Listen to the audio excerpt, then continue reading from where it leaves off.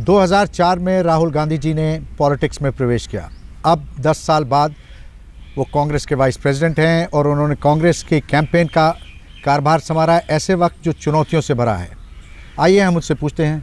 राहुल जी, चौथे चरण का चुनाव शुरू होने वाला है, आप बहुत टूर कर रहे हैं, क्या फीडबैक मिल रहा है, क्या स्थिति है कांग्रेस पार्टी की? अच्छा कैंपेन है। अलग अलग प्रदेशों में अलग अलग सिचुएशन है, बट ओवरऑल काफ़ी ठीक चल रहा है। रिज़ल्ट अच्छा आना चाहिए। तो आपका ये मानना है कि जो पोल्स कह रहे हैं उससे वो ग्राउंड रियलिटी से उसमें बहुत फ़र्क है? देखिए, पोल्स आपके 2004 में कह रहे थे कि कांग्रेस पार्टी हारेगी। पूरा इंडिया शाइनिंग का मार्केटिंग कैंपेन था। 2009 में भी आपने ये कहा, रिज़ल्ट दूसरा निकला। मार्केटिंग अच्छी है, बीजेपी की मार्केटिंग अच्छी है, मगर एंड में रिज़ल्ट देखते हैं। मार्केटिंग अच्छी तो आप लोग क्यों नहीं कर पाए, कांग्रेस क्यों नहीं कर पाई? हो सकता है कोई कमी रह गई हो कांग्रेस की तरफ से। 10 साल आप पावर में रहे, ये पूरा इलेक्शन मोदी सेंट्रिक हो गया है। देखिए, कांग्रेस का जो बेस है वो गरीब जनता का बेस है।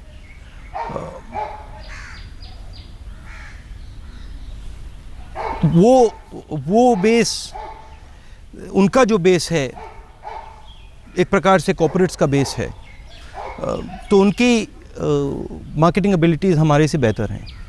हमारी काम करने की एबिलिटीज़, हमारी प्रोग्राम्स की एबिलिटीज़, हमारे कॉन्टैक्ट की एबिलिटीज़ उनसे बेहतर हैं। तो जनरली हर कैंपेन में नॉइज़ उनका ज़्यादा होता है। आप किसी भी कैंपेन को देख लीजिए, नॉइज़, आवाज़ उनकी ज़्यादा होती है, मगर जब रिज़ल्ट निकलते हैं तो दूसरी बात होती है। अगर आप सेफोलॉजिस्ट से भी पूछेंगे तो जनरली वो भी ये कहते हैं कि जो कांग्रेस का बायस होता है, गरीब लोग कांग्रेस को वोट करते हैं, कमज़ोर लोग कांग्रेस को वोट करते हैं, तो उनकी आवाज़ कम होती है। तो आप अभी भी ये मानते हैं कि कांग्रेस को बहुमत मिल जाएगी? मिलनी चाहिए, मगर जो हमारी लड़ाई है विचारधारा की लड़ाई है। रियलिस्टिकली 2 विचारधाराएं हैं। हमारी सोच है कि ज़्यादा से ज़्यादा लोगों को शक्ति दी जाए। डिसेंट्रलाइजेशन की बात करते हैं हम, अधिकार की बात करते हैं। उनकी सोच है कि कंसंट्रेशन ऑफ पावर हो, एक व्यक्ति ज़्यादा से ज़्यादा पावर ले जाए और हिंदुस्तान को इस प्रकार से चला जाए। तो फिलोसॉफिकल बिल्कुल अलग स्ट्रैटेजी। अगर आप कांग्रेस पार्टी की सक्सेसेस देखें तो हमारी सक्सेस जब होती है जब हम लोगों को शक्ति देते हैं। फ्रीडम मूवमेंट से ही हम क्या कर रहे हैं। फ्रीडम मूवमेंट में लोगों को शक्ति दी, ग्रीन रेवोल्यूशन में शक्ति दी, टेलीकॉम रेवोल्यूशन में शक्ति दी, और ये जो हमने राइट्स बेस्ड पैराडाइम किया है, अधिकार का पैराडाइम किया है, इससे भी हमने शक्ति जनता को दी। तो ये हमारी कोशिश है कि ज़्यादा से ज़्यादा लोग इस देश को चलाएं। आप जब शक्ति की बात करते हैं मुझे लगता है आप वेलफेयर की बात कर रहे हैं। नहीं, मैं सिर्फ वेलफेयर की बात नहीं कर रहा हूँ, मैं एक सपोर्ट सिस्टम की बात कर रहा हूँ। विकास होना चाहिए, प्रगति होनी चाहिए, सड़कें बननी चाहिए, स्कूल कॉलेजेस खुलने चाहिए, मगर जो गरीब होता है उसको एक मिनिमम फर्श की ज़रूरत होती है। अगर वो बिना फर्श के वो टेक ऑफ नहीं कर पाता है।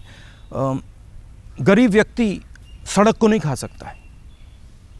गरीब व्यक्ति को मिनिमम सपोर्ट बेस की ज़रूरत होती है। इसलिए हम अधिकार की बात करते हैं, इसलिए हम राइट टू फूड की बात करते हैं, इसलिए हम रोज़गार योजना की बात करते हैं। उसको एक प्लेटफॉर्म मिल जाए, उसके बाद वो टेक ऑफ करे। मैंने उत्तर प्रदेश में गरीबों के साथ काफ़ी काम किया है, और अगर आप गरीबी लेवल के नीचे हैं तो टेक ऑफ करना काफ़ी मुश्किल होता है बिना सपोर्ट के। ये फ़र्क है। हम चाहते हैं कि बिज़नेस के बीच में और गरीब जनता के बीच में एक पार्टनरशिप हो, दोनों एक साथ काम करें और इस प्रकार से प्रगति हो। उनकी थिंकिंग है कि पूरा फोकस 3-4 इंडस्ट्रियलिस्ट पे हो और बाकी सब अपने आप ठीक हो जाएगा। ट्रिकल डाउन की बात करते हैं। यूएस में भी ट्रिकल डाउन हुआ था पूरा, मतलब अगर आप लिटरेचर पढ़ेंगे तो वो फेल हुआ था। राहुल, बहुत से लोग ये मानते हैं कि ये जो आपका जो मॉडल है इससे ये एस्पिरेशनल क्लास यूथ नहीं कनेक्ट कर पा रहा है। उस एस्पिरेशनल क्लास को, उस यूथ को, आप खुद एक युवा हैं, क्यों नहीं, उनके लिए क्या है आपके पास?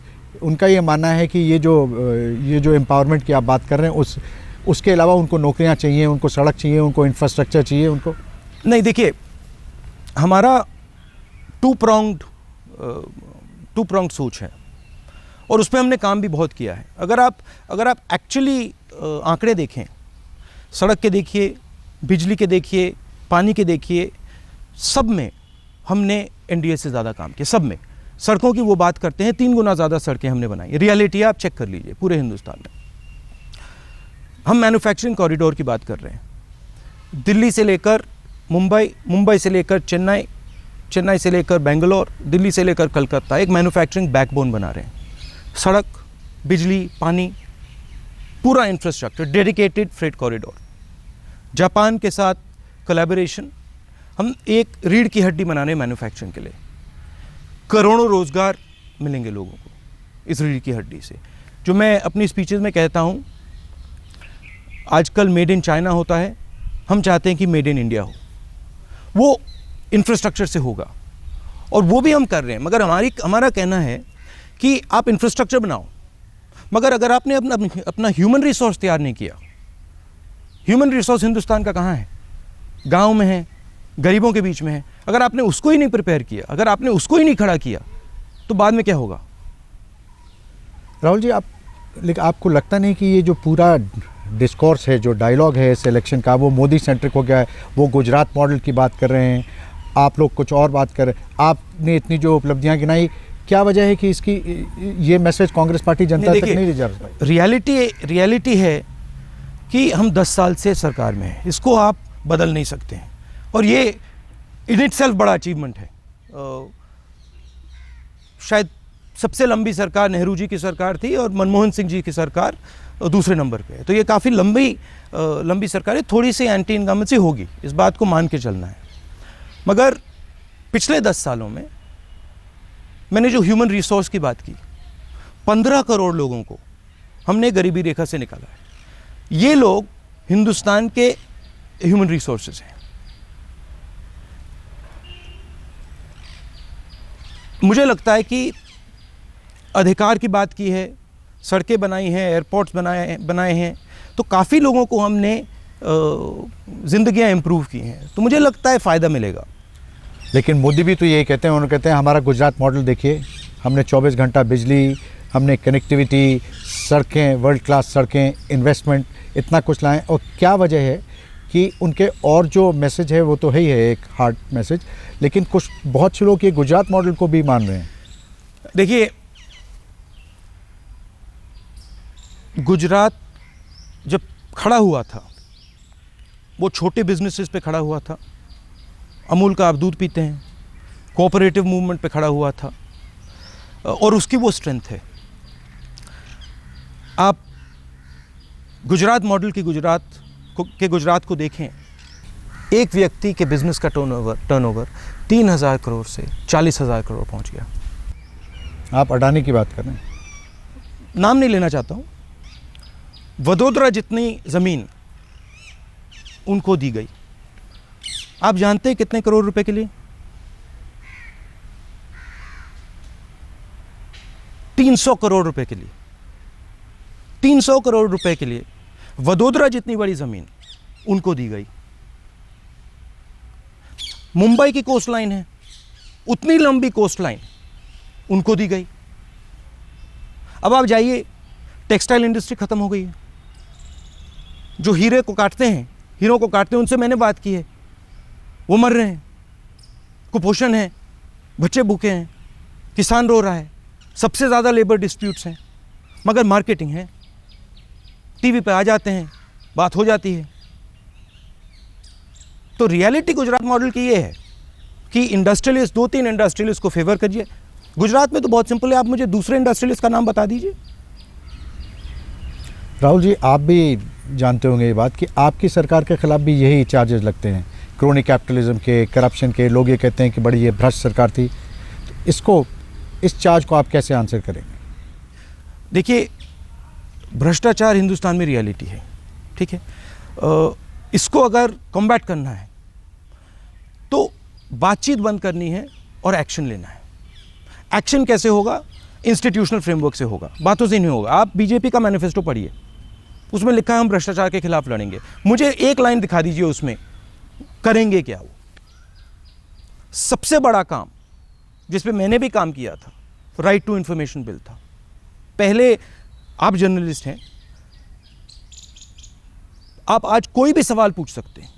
आरटीआई लिखिए, किसी भी ऑफिस के अंदर आप जा सकते हैं, प्रधानमंत्री के ऑफिस के अंदर आप जा सकते हैं अपनी कलम के साथ। ये हमने आपको शक्ति दी है, ठीक है? इससे भ्रष्टाचार बाहर आया है, रियलिटी है। लोकपाल बिल हम लाए हैं। सबसे ज्यादा भ्रष्टाचार किसमें होता है? जमीन में होता है। जमीनी अधिग्रहण बिल हम लाए। पहले क्या होता था, हजारों एकड़ जैसे गुजरात में दिया जाता है, बिना पूछे फटाक दे दो एक साइन से। अब वो नहीं किया जा सकता है। तो हमने बहुत बड़े स्टेप्स लिए हैं भ्रष्टाचार के खिलाफ, मगर ये इंस्टीट्यूशनल स्टेप्स हैं। तो बोलना अलग होता है, काम करना अलग होता है।